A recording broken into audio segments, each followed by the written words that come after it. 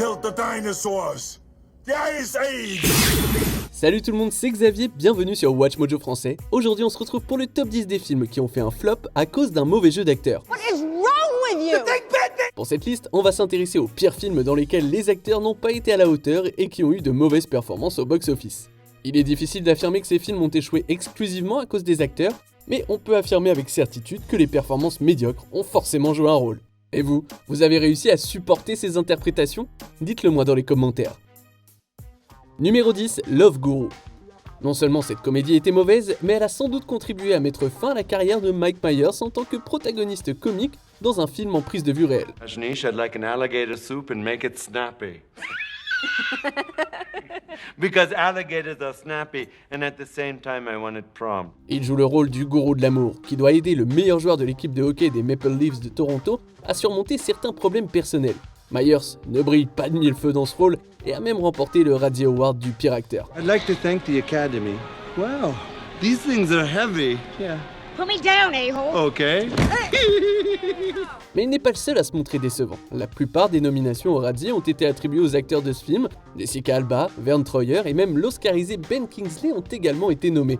Love Guru a remporté un peu plus de 40 millions de dollars pour un budget de 62 millions de dollars et je crois qu'il n'y a pas besoin d'en dire plus. What's the capital of Thailand? Bangkok? Exactly. Omar Sharif, my balls! Numéro 9, La Momie. Tom Cruise ne se rate pas souvent, mais quand il le fait, il fait pas semblant. What are you doing here? Jenny looks good. Okay, this isn't happening. I mean, really great. Really, stop. La Momie a servi de reboot à la franchise d'horreur de longue date et a cherché à lancer un tout nouvel univers partagé centré sur les monstres classiques des studios Universal. Le budget du film oscillait entre 125 et 195 millions de dollars et il a rapporté 410 millions de dollars. Mais il semble qu'aucune dépense n'ait été épargnée pour la promotion, ce qui signifie qu'au final, ils ont perdu de l'argent. Like a curse. Around here, that's just another word for treasure. And this guy, this Henry guy, he seems to want it pretty bad. Well, now he's gonna have to pay double. Les défauts de La Momie ont été très nombreux et les critiques ont souvent pointé du doigt le jeu d'acteur comme principale faiblesse. La performance de Cruise n'a pas été à la hauteur de ce qu'il a fait dans sa carrière et il n'a pas été aidé par les performances décevantes des acteurs secondaires, dont Russell Crowe et Sofia Boutella, nommés au Razzie.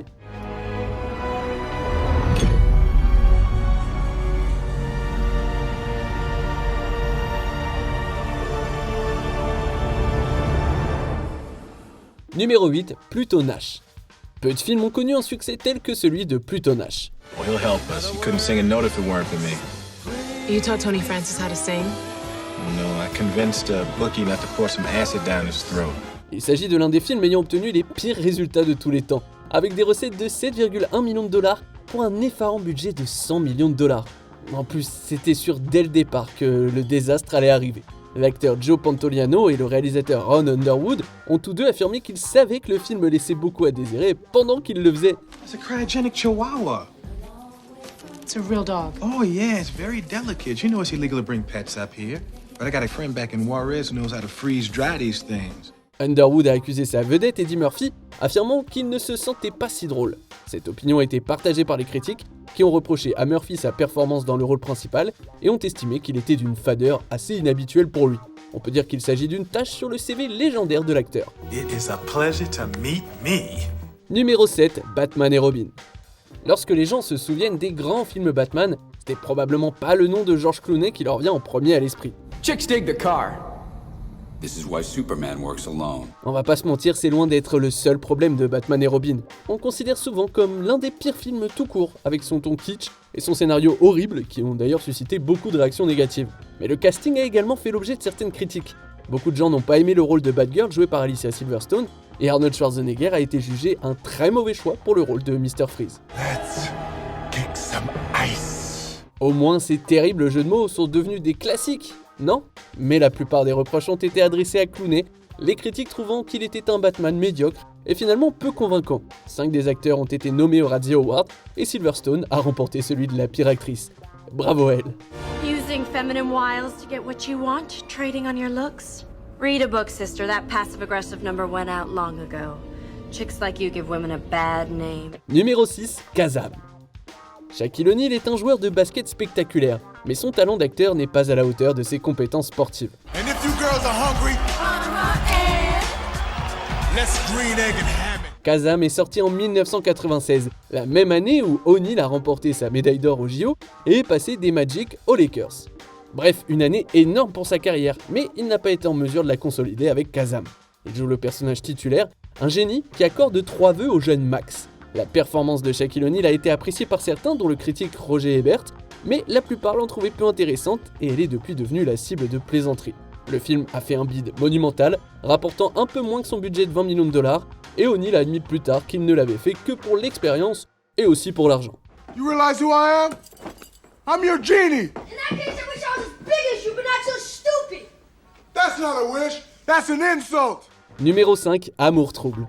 Sur le papier, Amour trouble aurait dû être un succès. Il a été écrit et réalisé par Martin Brest, nommé aux Oscars, et met en scène de nombreuses stars de premier plan. Put some on your head. Your tongue would slap your brains out trying to get to it. Interested? Sure. Le casting était mené par Jennifer Lopez et Ben Affleck, qui jouaient le rôle de Larry Jiggly, le personnage principal. Bien que le duo ait été un couple dans la vie réelle au moment de la sortie du film, les gens ont trouvé qu'il manquait d'alchimie à l'écran, et le film a échoué. Tous deux ont reçu des radiers, et ils en ont même remporté un ensemble, celui du pire couple à l'écran. It's turkey time. Huh? Gobble, gobble. Même des acteurs de renom comme Al Pacino et Christopher Walken ne pouvaient rien faire, ce dernier donnant une performance terriblement exagérée dans le rôle d'un détective à la poursuite de Jiggly. Le film a rapporté un peu plus de $7 millions pour un budget de $75,6 millions et a mis fin à la carrière de réalisateur de Brest. Oh, and in case you're interested, my life sucks. All right? Stick a fork in me, I'm done. Numéro 4, Glitter. Mariah Carey espérait probablement devenir une star du cinoche avec Glitter, mais ça ne s'est pas produit. So I was just wondering. Wondering what? Is this a date? No, this is not a date. L'histoire du film est banale, Carey jouant une chanteuse en herbe qui tombe amoureuse d'un DJ. Les scénarios non originaux peuvent toujours fonctionner avec une écriture fine et de bonnes performances, sauf que Glitter ne contient ni l'un ni l'autre. La performance de Carey est jugée particulièrement mauvaise d'ailleurs. There's more? There's better? Well, I want some of that. On a dit d'elle qu'elle manquait souvent d'émotion et beaucoup de ses scènes sont péniblement maladroites. Mais Carey est la première à admettre que c'était mauvais.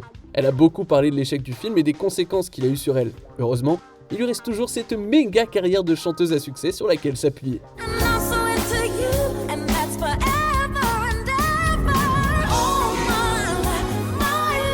Numéro 3, The Wicker Man.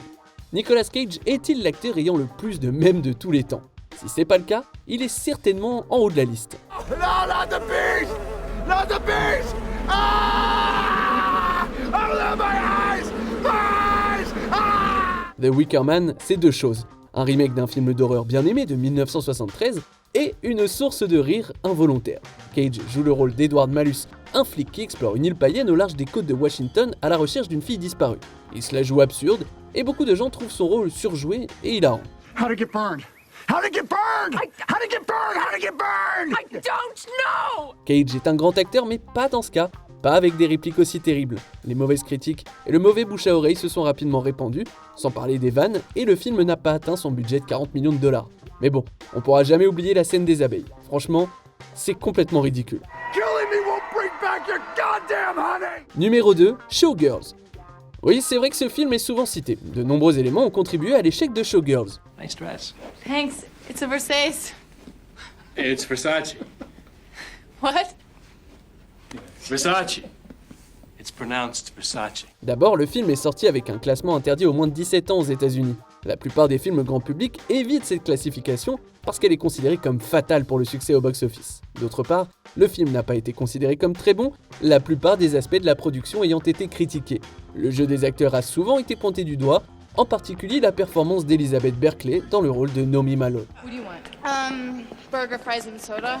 Get us some brown rice, vegetables and a bottle of Evian. Showgirls a été nommé pour 13 Razzie Awards, dont 6 dans la catégorie des acteurs. Berkley a notamment reçu le prix de la pire actrice, et l'échec du film a également marqué la fin de sa relation avec la creative artist Talent Agency. There's always someone younger and hungrier coming down the stairs after you. On arrive presque à la fin. Nous publions de nouvelles vidéos chaque jour, alors avant de continuer, abonnez-vous et activez la petite cloche et les notifications sur téléphone pour ne rien rater. Numéro 1, Battlefield Earth.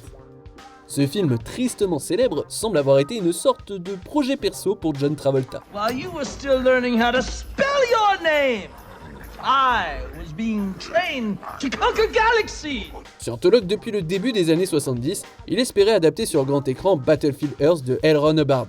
Hubbard avait publié le roman en 1982, bien après avoir fondé l'église de Scientologie. Travolta a même injecté de son argent à lui au budget du film, qui s'est élevé à 73 millions de dollars.